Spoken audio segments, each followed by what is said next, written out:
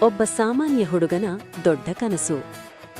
ಈ ಜಗತ್ತಿನಲ್ಲಿ ಪ್ರತಿಯೊಬ್ಬ ಯಶಸ್ವಿ ವ್ಯಕ್ತಿಯ ಕಥೆಯು ಒಂದು ಸಣ್ಣ ಕನಸಿನಿಂದಲೇ ಆರಂಭವಾಗುತ್ತದೆ.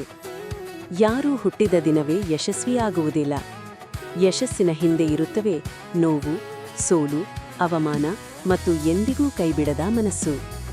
ಇಂದು ನಾವು ಮಾತನಾಡುತ್ತಿರುವ ವ್ಯಕ್ತಿ ಲಕ್ಷಾಂತರ ಜನರನ್ನು ತಮ್ಮ ವಿಡಿಯೋಗಳ ಮೂಲಕ ನಗಿಸುವ ಮತ್ತು ಪ್ರೇರೇಪಿಸುವ ಕಾಂಟೆಂಟ್ ಕ್ರಿಯೇಟರ್ ಆರ್ಯನ್ ಕೆಲ್ವಿನ್. ಆದರೆ ಇಂದು ಕಾಣುವ ಈ ಯಶಸ್ಸು ಅವರಿಗೆ ಒಂದೇ ದಿನದಲ್ಲಿ ಸಿಕ್ಕದ್ದಲ್ಲ. ಇದು ಸಾವಿರಾರು ಗಂಟೆಗಳ ಪರಿಶ್ರಮದ ಫಲ. ಆರ್ಯನ್ ಕೆಲ್ವಿನ್ ಸಾಮಾನ್ಯ ಕುಟುಂಬದಲ್ಲಿ ಬೆಳೆದರು. ಅವರ ಮನೆಯ ಪರಿಸ್ಥಿತಿ ತುಂಬಾ ಐಷಾರಾಮಿ ಇರಲಿಲ್ಲ. ಆದರೆ ಅವರ ತಂದೆ ತಾಯಿ ತಮ್ಮ ಮಗ ಒಳ್ಳೆಯ ಜೀವನ ನಡೆಸಬೇಕು ಎಂದು ಕನಸು ಕಂಡಿದ್ದರು. ಬಾಲ್ಯದಿಂದಲೇ ಆರ್ಯನ್ಗೆ ಒಂದು ವಿಶೇಷ ಗುಣವಿತ್ತು: ಜನರನ್ನು ಗಮನಿಸುವುದು. ಅವರ ಮಾತು, ನಡವಳಿಕೆ, ಹಾಸ್ಯ ಇವೆಲ್ಲವನ್ನೂ ಅವರು ನೆನಪಿಟ್ಟುಕೊಳ್ಳುತ್ತಿದ್ದರು. ಶಾಲೆಯಲ್ಲೋ ಅವರು ಸ್ನೇಹಿತರನ್ನು ನಗಿಸುತ್ತಿದ್ದರು. ಆಗ ಯಾರಿಗೂ ಗೊತ್ತಿರಲಿಲ್ಲ, ಒಂದು ದಿನ ಇದೇ ಗುಣ ಅವರಿಗೆ ಲಕ್ಷಾಂತರ ಅಭಿಮಾನಿಗಳನ್ನು ತಂದುಕೊಡುತ್ತದೆ ಎಂದು. ಕಾಲ ಕಳೆದಂತೆ ಸೋಷಿಯಲ್ ಮೀಡಿಯಾ ಬೆಳೆಯತೊಡಗಿತು. ಇನ್ಸ್ಟಾಗ್ರಾಮ್, ಯೂಟ್ಯೂಬ್ ಮತ್ತು ಶಾರ್ಟ್ ವಿಡಿಯೋಸ್ ಯುವಕರ ಜೀವನದ ಭಾಗವಾದವು. ಅದೇ ಸಮಯದಲ್ಲಿ ಆರ್ಯನ್ ಅವರ ಮನಸ್ಸಿನಲ್ಲಿ ಒಂದು ಪ್ರಶ್ನೆ ಮೂಡಿತು: ನಾನು ಒಂದು ದಿನ ವಿಡಿಯೋ ಮಾಡಬಹುದೇ? ಆ ಪ್ರಶ್ನೆಯೇ ಅವರ ಜೀವನವನ್ನು ಬದಲಾಯಿಸಿತು. ಆದರೆ ಕನಸು ಕಾಣುವುದು ಸುಲಭ, ಅದನ್ನು ನಿಜ ಮಾಡುವುದು ತುಂಬಾ ಕಷ್ಟ. ಅವರ ಬಳಿ ದುಬಾರಿ ಕ್ಯಾಮೆರಾ ಇರಲಿಲ್ಲ, ದೊಡ್ಡ ಸ್ಟುಡಿಯೋ ಇರಲಿಲ್ಲ, ತಂಡವೂ ಇರಲಿಲ್ಲ. ಇದ್ದದ್ದು ಒಂದು ಸಾಮಾನ್ಯ ಮೊಬೈಲ್ ಮತ್ತು ಒಂದು ದೊಡ್ಡ ಕನಸು. ಮೊದಲ ವಿಡಿಯೋ ರೆಕಾರ್ಡ್ ಮಾಡುವಾಗ ಅವರು ತುಂಬಾ ನರ್ವಸ್ ಆಗಿದ್ದರು. ಜನರಿಗೆ ಇಷ್ಟವಾಗುತ್ತದೆಯೇ? ನನ್ನನ್ನು ನೋಡಿ ನಗುತ್ತಾರೆಯೇ? ನಾನು ಇದನ್ನು ಮುಂದುವರೆಸಬೇಕೇ ಎಂಬ ಪ್ರಶ್ನೆಗಳು ಮನಸ್ಸಿನಲ್ಲಿ ಓಡಾಡುತ್ತಿದ್ದವು. ಆದರೂ ಅವರು ಧೈರ್ಯ ಮಾಡಿ ಮೊದಲ ವಿಡಿಯೋವನ್ನು ಅಪ್ಲೋಡ್ ಮಾಡಿದರು. ಕೆಲವೇ ಜನರು ನೋಡಿದರು. ಹೆಚ್ಚಿನ ಪ್ರತಿಕ್ರಿಯೆ ಬರಲಿಲ್ಲ. ಆದರೆ ಅವರು ಒಂದು ವಿಷಯ ಅರ್ಥ ಮಾಡಿಕೊಂಡರು: ಯಶಸ್ಸು ಒಂದೇ ವಿಡಿಯೋದಿಂದ ಬರುವುದಿಲ್ಲ, ಅದು ಪ್ರತಿದಿನದ ಪರಿಶ್ರಮದಿಂದ ಬರುತ್ತದೆ. ಹೀಗಾಗಿ ಅವರು ಮುಂದಿನ ವಿಡಿಯೋ ಮಾಡಲು ತಯಾರಾದರು. ಆ ಸಣ್ಣ ಹೆಜ್ಜೆಯೇ ಮುಂದೆ ಅವರ ಜೀವನದ ಅತಿದೊಡ್ಡ ತಿರುವಾಗಲಿದೆ. ಮೊದಲ ವಿಡಿಯೋ ಅಪ್ಲೋಡ್ ಆದ ನಂತರ ಆರ್ಯನ್ ಕೆಲ್ವಿನ್ ಅವರ ಮನಸ್ಸಿನಲ್ಲಿ ಒಂದೇ ಪ್ರಶ್ನೆ: ಇದು ನಿಜವಾಗಲೂ ನನ್ನ ದಾರಿಯೇ? ಅವರು ಪ್ರತಿದಿನ ತಮ್ಮ ಫೋನ್ ತೆಗೆದು ವ್ಯೂಸ್ಗಳನ್ನು ನೋಡುತ್ತಿದ್ದರು. 10 ವ್ಯೂಸ್, 25 ವ್ಯೂಸ್, 100 ವ್ಯೂಸ್ ಅಷ್ಟೇ. ಯಾರಾದರೂ ಹೊಸ ಕ್ರಿಯೇಟರ್ ಆಗಿದ್ದರೆ ಇಷ್ಟರಲ್ಲೇ ನಿರಾಸರಾಗುತ್ತಿದ್ದರು. ಆದರೆ ಆರ್ಯನ್ ಬೇರೆ ರೀತಿಯಲ್ಲಿ ಯೋಚಿಸಿದರು. ಅವರು ತಮ್ಮನ್ನೇ ಕೇಳಿಕೊಂಡರು: ಇಂದು 100 ಜನ ನೋಡಿದ್ದಾರೆ, ನಾಳೆ 200 ಜನ ನೋಡಬಹುದು, ನಾನು ಯಾಕೆ ನಿಲ್ಲಬೇಕು? ಆ ದಿನದಿಂದ ಅವರು ಒಂದು ನಿರ್ಧಾರ ಮಾಡಿದರು: ಪ್ರತಿದಿನ ಒಂದು ವಿಡಿಯೋ. ಮಳೆ ಬಂದರೂ, ಆರೋಗ್ಯ ಸರಿಯಿಲ್ಲದಿದ್ದರೂ, ಯಾರೂ ಬೆಂಬಲಿಸದಿದ್ದರೂ ಅವರು ವಿಡಿಯೋ ಮಾಡುವುದನ್ನು ನಿಲ್ಲಿಸಲಿಲ್ಲ. ಆದರೆ ಯಶಸ್ಸಿನ ದಾರಿಯಲ್ಲಿ ಮೊದಲಿಗೆ ಬರುವುದು ಪ್ರಶಂಸೆಯಲ್ಲ, ಟೀಕೆ. ಕೆಲವರು ಹೇಳಿದರು, ಇದು ಸಮಯ ವ್ಯರ್ಥ, ಇದರಿಂದ ಹಣ ಸಿಗಲ್ಲ, ಒಳ್ಳೆಯ ಕೆಲಸ ಹುಡುಕು. ಇಂತಹ ಮಾತುಗಳು ಯಾರ ಮನಸ್ಸನ್ನಾದರೂ ಕುಗ್ಗಿಸುತ್ತವೆ. ಆದರೆ ಆರ್ಯನ್ ಒಂದು ವಿಷಯವನ್ನು ಅರ್ಥ ಮಾಡಿಕೊಂಡಿದ್ದರು: ಜನರು ನಿಮ್ಮ ಕನಸನ್ನಲ್ಲ, ನಿಮ್ಮ ಇಂದಿನ ಪರಿಸ್ಥಿತಿಯನ್ನು ನೋಡುತ್ತಾರೆ. ಅದಕ್ಕಾಗಿಯೇ ಅವರು ಟೀಕೆಗಳಿಗೆ ಉತ್ತರ ಕೊಡಲಿಲ್ಲ. ಅವರು ಉತ್ತರ ಕೊಟ್ಟಿದ್ದು ತಮ್ಮ ಕೆಲಸದ ಮೂಲಕ. ಪ್ರತಿ ವಿಡಿಯೋದಿಂದ ಅವರು ಹೊಸದನ್ನು ಕಲಿಯುತ್ತಿದ್ದರು. ಯಾವ ರೀತಿಯ ಅಭಿನಯ ಜನರಿಗೆ ಇಷ್ಟವಾಗುತ್ತದೆ, ಯಾವ ರೀತಿಯ ಕಥೆ ಹೆಚ್ಚು ತಲುಪುತ್ತದೆ, ಎಲ್ಲಿ ತಪ್ಪಾಗಿದೆ, ಮುಂದಿನ ಬಾರಿ ಹೇಗೆ ಉತ್ತಮ ಮಾಡಬಹುದು. ಪ್ರತಿದಿನ ಅವರು ತಮ್ಮನ್ನೇ ಸುಧಾರಿಸಿಕೊಳ್ಳುತ್ತಿದ್ದರು. ಅದೇ ಅವರ ನಿಜವಾದ ಬಲವಾಗಿತ್ತು. ಒಂದು ದಿನ ಅವರು ಯೋಚಿಸಿದರು: ಜನರು ನಗುವಂತಹ, ಅವರ ಜೀವನಕ್ಕೆ ಹತ್ತಿರವಾಗಿರುವ ಕಥೆಗಳನ್ನು ಮಾಡೋಣ. ಆ ಯೋಚನೆಯಿಂದ ಅವರ ಕಾಂಟೆಂಟ್ ಬದಲಾಗತೊಡಗಿತು.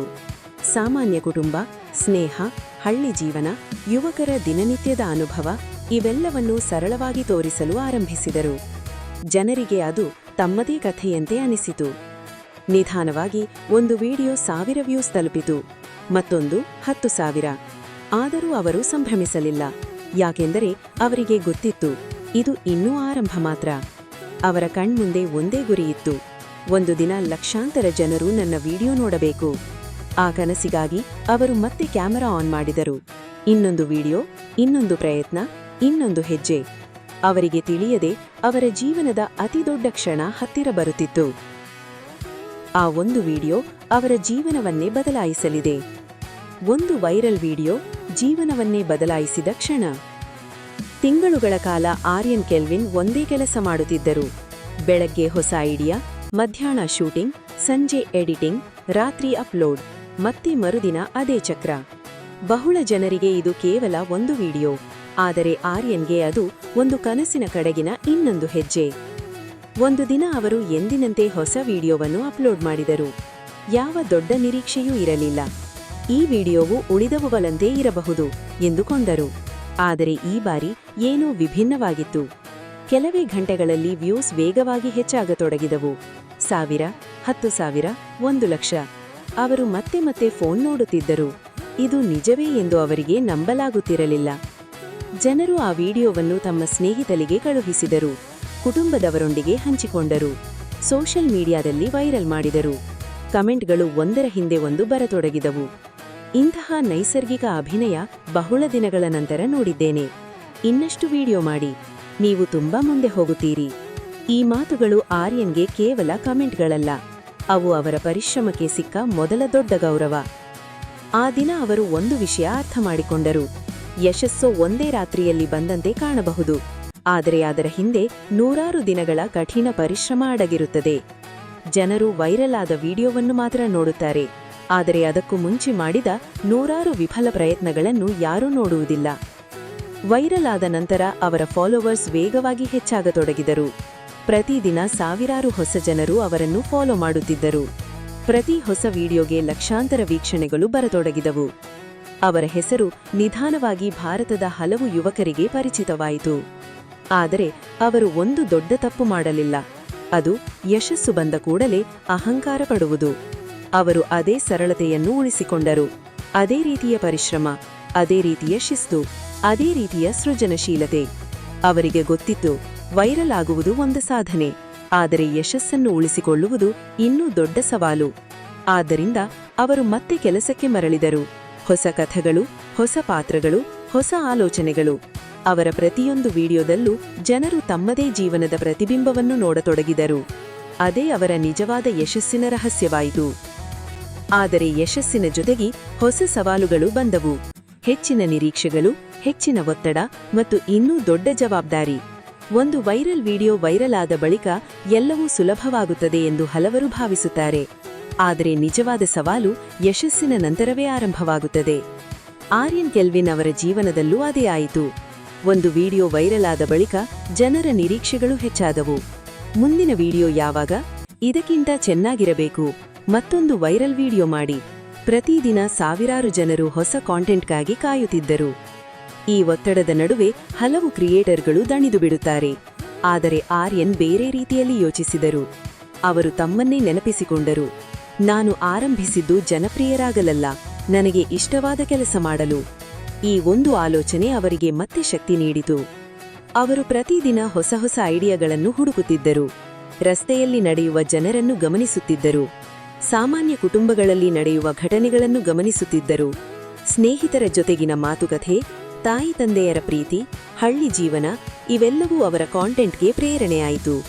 ಅದಕ್ಕಾಗಿಯೇ ಅವರ ವಿಡಿಯೋಗಳು ಜನರಿಗೆ ನೈಜವಾಗಿ ಅನಿಸುತ್ತಿದ್ದವು. ಆದರೆ ಯಶಸ್ಸಿನ ಜೊತೆಗೆ ಟೀಕೆಗಳು ಹೆಚ್ಚಾದವು.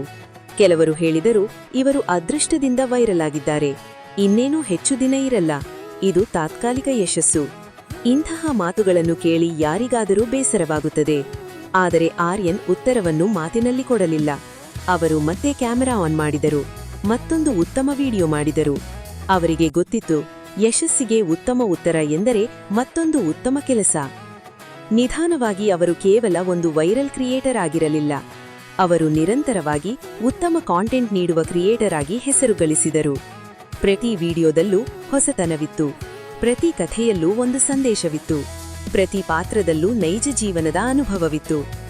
ಒಂದು ಸಂದರ್ಶನದಲ್ಲಿ ಅವರು ಹೇಳಿದ ಅರ್ಥಪೂರ್ಣ ವಿಚಾರವೇನೆಂದರೆ, ಪ್ರತಿದಿನ ಸ್ವಲ್ಪವಾದರೂ ಉತ್ತಮರಾಗಿರಿ, ಇತರರೊಂದಿಗೆ ಸ್ಪರ್ಧೆ ಮಾಡಬೇಡಿ, ನಿಮ್ಮೊಂದಿಗೆ ಸ್ಪರ್ಧೆ ಮಾಡಿ. ಈ ಆಲೋಚನೆಯೇ ಅವರನ್ನು ಇನ್ನಷ್ಟು ಎತ್ತರಕ್ಕೆ ಕೊಂಡೊಯ್ಯಿತು. ಇಂದು ಲಕ್ಷಾಂತರ ಜನರು ಅವರ ಯಶಸ್ಸನ್ನು ನೋಡುತ್ತಾರೆ, ಆದರೆ ಅವರಿಗೆ ಗೊತ್ತಿಲ್ಲ, ಆ ಯಶಸ್ಸಿನ ಹಿಂದೆ ಎಷ್ಟು ನಿದ್ದೆಯಿಲ್ಲದ ರಾತ್ರಿಗಳಿವೆ, ಎಷ್ಟು ವಿಫಲ ಪ್ರಯತ್ನಗಳಿವೆ, ಎಷ್ಟು ಬಾರಿ ಮತ್ತೆ ಮತ್ತೆ ಆರಂಭಿಸಬೇಕಾಯಿತು. ಒಮ್ಮೆ ಯಾರೂ ಗುರುತಿಸದ ಒಬ್ಬ ಯುವಕ. ಇಂದು ಅದೇ ಯುವಕನನ್ನು ಲಕ್ಷಾಂತರ ಜನರು ಹೆಸರಿನಿಂದ ಗುರುತಿಸುತ್ತಿದ್ದರು. ನಾವು ಸೋಷಿಯಲ್ ಮೀಡಿಯಾದಲ್ಲಿ ನೋಡುವುದು ಕೇವಲ ಕೆಲವು ನಿಮಿಷಗಳ ವಿಡಿಯೋ, ಆದರೆ ಆ ಕೆಲವು ನಿಮಿಷಗಳ ಹಿಂದೆ ಘಂಟೆಗಳ ಪರಿಶ್ರಮ ಇರುತ್ತದೆ. ಅದನ್ನು ಆರ್ಯನ್ ಕೆಲ್ವಿನ್ ಪ್ರತಿದಿನ ಅನುಭವಿಸುತ್ತಿದ್ದರು. ಒಂದು ಉತ್ತಮ ವಿಡಿಯೋ ಮಾಡಲು ಮೊದಲು ಒಂದು ಒಳ್ಳೆಯ ಆಲೋಚನೆ ಬೇಕು. ಆ ಆಲೋಚನೆಯನ್ನು ಕಥೆಯಾಗಿ ಬರೆಯಬೇಕು. ನಂತರ ಸರಿಯಾದ ಸ್ಥಳ ಹುಡುಕಬೇಕು, ಶೂಟಿಂಗ್ ಮಾಡಬೇಕು. ಇದು ಕೇವಲ ಅದೃಷ್ಟದ ಕಥೆಯಲ್ಲ, ಇದು ನಿರಂತರ ಪರಿಶ್ರಮದ ಕಥೆ. ಒಂದು ವೈರಲ್ ವಿಡಿಯೋ ನಂತರ ಆರ್ಯನ್ ಕೆಲ್ವಿನ್ ಅಲ್ಲೇ ನಿಲ್ಲಲಿಲ್ಲ. ಅವರು ತಮ್ಮನ್ನೇ ಕೇಳಿಕೊಂಡರು, ಇಂದು ವೈರಲ್ ಆಗಿದ್ದೇನೆ, ಆದರೆ 5 ವರ್ಷಗಳ ನಂತರವೂ ಜನ ನನ್ನನ್ನು ನೆನಪಿಸಿಕೊಳ್ಳುತ್ತಾರೆಯೇ? ಈ ಪ್ರಶ್ನೆಯೇ ಅವರನ್ನು ಇನ್ನಷ್ಟು ಶ್ರಮಿಸಲು ಪ್ರೇರೇಪಿಸಿತು. ಪ್ರತಿ ಬೆಳಗ್ಗೆಯೂ ಹೊಸ ಆಲೋಚನೆಗಳೊಂದಿಗೆ ದಿನ ಆರಂಭವಾಗುತ್ತಿತ್ತು.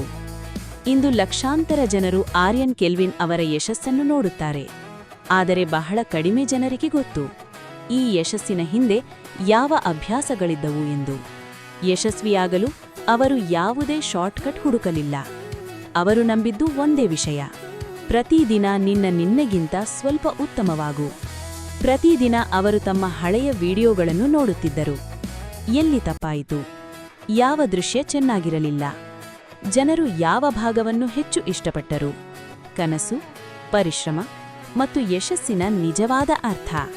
ಪ್ರತಿಯೊಬ್ಬ ಯಶಸ್ವಿ ವ್ಯಕ್ತಿಯ ಜೀವನದಲ್ಲಿ ಒಂದು ಕ್ಷಣ ಬರುತ್ತದೆ. ಆ ಕ್ಷಣದಲ್ಲಿ ಅವರು ತಮ್ಮ ಹಿಂದಿನ ಜೀವನವನ್ನು ನೆನಪಿಸಿಕೊಳ್ಳುತ್ತಾರೆ. ಒಂದು ಕಾಲದಲ್ಲಿ ವಿಡಿಯೋಗೆ 100 ವ್ಯೂಸ್ ಬಂದರೂ ಸಂತೋಷವಾಗುತ್ತಿತ್ತು. ಇಂದು ಅದೇ ವ್ಯಕ್ತಿಯ ವಿಡಿಯೋಗಳನ್ನು ಲಕ್ಷಾಂತರ ಜನರು ನೋಡುತ್ತಿದ್ದಾರೆ. ಇದೇ ಆರ್ಯನ್ ಕೆಲ್ವಿನ್ ಅವರ ಪಯಣ. ಯಶಸ್ಸು ಬಂದ ನಂತರವೂ ಅವರು ಒಂದು ವಿಷಯವನ್ನು ಎಂದಿಗೂ ಮರೆಯಲಿಲ್ಲ: ತಮ್ಮ ಆರಂಭವನ್ನು. ದುಬಾರಿ ಕ್ಯಾಮೆರಾ ಇರಲಿಲ್ಲ, ದೊಡ್ಡ ಸ್ಟುಡಿಯೋ ಇರಲಿಲ್ಲ, ತಂಡ ಇರಲಿಲ್ಲ. ಇದ್ದದ್ದು ಒಂದು ಮೊಬೈಲ್ ಫೋನ್, ಒಂದು ಕನಸು ಮತ್ತು ಎಂದಿಗೂ ಕೈಬಿಡದ ಮನಸ್ಸು. ಅದೇ ಅವರನ್ನು ಇಲ್ಲಿಯವರೆಗೆ ಕರೆದು ತಂದಿತು. ಇಂದು ಸಾವಿರಾರು ಯುವಕರು ಕಂಟೆಂಟ್ ಕ್ರಿಯೇಟರ್ ಆಗಬೇಕು ಎಂದು ಕನಸು ಕಾಣುತ್ತಿದ್ದಾರೆ. ಆದರೆ ಅವರಲ್ಲಿ ಹಲವರು ಮೊದಲ ಸೋಲಿನಲ್ಲೇ ನಿಲ್ಲುತ್ತಾರೆ. ಮೊದಲ ವಿಡಿಯೋ ವೈರಲ್ ಆಗದಿದ್ದರೆ ನಿರಾಸರಾಗುತ್ತಾರೆ. ಕೆಲವರು ಟೀಕೆ ಮಾಡಿದರೆ ಕನಸನ್ನೇ ಬಿಟ್ಟು ಬಿಡುತ್ತಾರೆ. ಆರ್ಯನ್ ಅವರ ಜೀವನ ನಮಗೆ ಬೇರೆ ಪಾಠ ಕಲಿಸುತ್ತದೆ. ಮೊದಲ ಪ್ರಯತ್ನವೇ ನಿಮ್ಮ ಭವಿಷ್ಯವನ್ನು ನಿರ್ಧರಿಸುವುದಿಲ್ಲ. ನೀವು ನಿಲ್ಲುತ್ತೀರೋ ಅಥವಾ ಮುಂದುವರಿಯುತ್ತೀರೋ ಎಂಬುದೇ ನಿಮ್ಮ ಭವಿಷ್ಯ. ಕಂಟೆಂಟ್ ಕ್ರಿಯೇಷನ್ ಅಂದರೆ ಕೇವಲ ವಿಡಿಯೋ ಮಾಡುವುದಲ್ಲ, ಅದು ಕಲಿಯುವುದು, ಸುಧಾರಿಸಿಕೊಳ್ಳುವುದು, ಸಮಯದ ಮೌಲ್ಯ ಅರಿಯುವುದು, ಜನರೊಂದಿಗೆ ಸಂಪರ್ಕ ಬೆಳೆಸುವುದು ಮತ್ತು ಪ್ರತಿದಿನ ನಿನ್ನೆಗಿಂತ ಉತ್ತಮವಾಗುವುದು. ನೀವು ಇಂದು ಕೇವಲ 10 ಸಬ್ಸ್ಕ್ರೈಬರ್ಗಳನ್ನು ಹೊಂದಿರಬಹುದು, 100 ವ್ಯೂಸ್ ಮಾತ್ರ ಬರಬಹುದು. ಆದರೆ ಅದಕ್ಕಾಗಿ ಕನಸನ್ನು ಬಿಡಬೇಡಿ. ಯಾಕೆಂದರೆ ಪ್ರತಿಯೊಬ್ಬ ದೊಡ್ಡ ಕ್ರಿಯೇಟರ್ ಕೂಡ ಒಂದು ದಿನ ಶೂನ್ಯದಿಂದಲೇ ಆರಂಭಿಸಿದ್ದರು. ಇಂದು ಆರ್ಯನ್ ಕೆಲ್ವಿನ್ ಅವರ ಕಥೆ ನಮಗೆ ಹೇಳುವುದು ಒಂದೇ ಮಾತು: ಯಶಸ್ಸಿಗೆ ಶಾರ್ಟ್ಕಟ್ ಇರುವುದಿಲ್ಲ. ಪ್ರತಿದಿನದ ಸಣ್ಣ ಪ್ರಯತ್ನಗಳು, ನಿರಂತರ ಪರಿಶ್ರಮ, ತಾಳ್ಮೆ ಮತ್ತು ನಿಮ್ಮ ಕೆಲಸದ ಮೇಲಿನ ಪ್ರೀತಿ ಇವೇ ನಿಮ್ಮನ್ನು ಯಶಸ್ಸಿನ ಕಡೆಗೆ ಕರೆದು ಹೋಗುತ್ತವೆ. ನೀವು ಕಂಟೆಂಟ್ ಕ್ರಿಯೇಟರ್ ಆಗಬೇಕು ಎಂದು ಕನಸು ಕಾಣುತ್ತಿದ್ದರೆ ಇತರರ ಯಶಸ್ಸನ್ನು ನೋಡಿ ಹೆದರಬೇಡಿ. ಅದರಿಂದ ಪ್ರೇರಣೆ ಪಡೆಯಿರಿ. ಇಂದು ನಿಮ್ಮ ಮೊದಲ ವಿಡಿಯೋ ಮಾಡಿ, ನಾಳೆ ಅದಕ್ಕಿಂತ ಉತ್ತಮ ವಿಡಿಯೋ ಮಾಡಿ. ಪ್ರತಿದಿನ ನಿಮ್ಮನ್ನು ನೀವು ಸುಧಾರಿಸಿಕೊಳ್ಳಿ. ಒಂದು ದಿನ ನಿಮ್ಮ ಕಥೆಯನ್ನು ಲಕ್ಷಾಂತರ ಜನರು ಕೇಳುತ್ತಾರೆ. ಗಮನದಲ್ಲಿರಲಿ: ಕನಸು ಕಾಣುವುದು ಮೊದಲ ಹೆಜ್ಜೆ, ಅದನ್ನು ಬಿಡದೆ ಬೆನ್ನಹಟ್ಟುವುದು ನಿಜವಾದ ಯಶಸ್ಸು. ಈ ಕಥೆ ನಿಮಗೆ ಇಷ್ಟವಾದಲ್ಲಿ ಲೈಕ್ ಮಾಡಿ, ನಿಮ್ಮ ಸ್ನೇಹಿತರೊಂದಿಗೆ ಹಂಚಿಕೊಳ್ಳಿ. ಇಂತಹ ಇನ್ನಷ್ಟು ಪ್ರೇರಣಾದಾಯಕ ಕಥೆಗಳಿಗಾಗಿ ನಮ್ಮ ಚಾನೆಲ್ ಅನ್ನು ಸಬ್ಸ್ಕ್ರೈಬ್ ಮಾಡಿ. ಧನ್ಯವಾದಗಳು.